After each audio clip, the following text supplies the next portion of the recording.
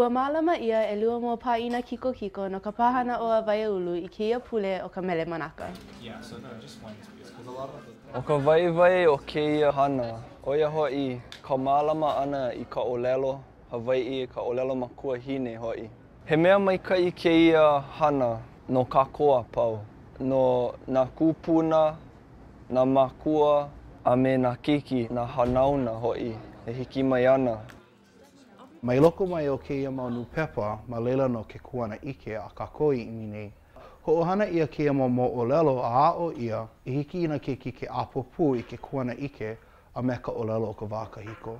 E ola I ka olelo Hawaii. I'm actually not a Hawaiian Studies major. I'm a first-year Hawaiian language student, and I've learned so much from the language and the culture. The Hawaiians have a completely different perspective, and the only way to get it is to actually go through their newspapers and read their own words. He kumu waiwai kia pāhana koʻikoʻi no ka hoʻola I kaika ia o ka ʻike kuʻuna o ke ao hula. E kaha e puka mau ana ma nanu pepa. Hoʻolaha ia ma ka nupepa wehe ia. Ke kai manawa, aia no ke kai mo moʻolelo me ke oli o me ka mele hula a wehe ia maila no ke aha I haku ia I kila mele. What's in these papers is our story by our people. You're not doing it for me, you're not doing it for him, you're not even doing it for yourselves. You're doing it for those that are going to come after you. Right now, we are a little past the halfway mark. We're not anywhere near where we need to be.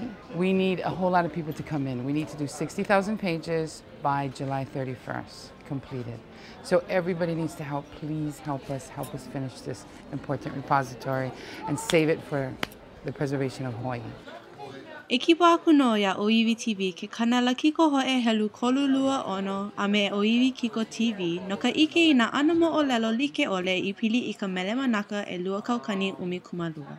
O wau ku'u Lebezela no Oiwi TV ma hilo nei. Aloha.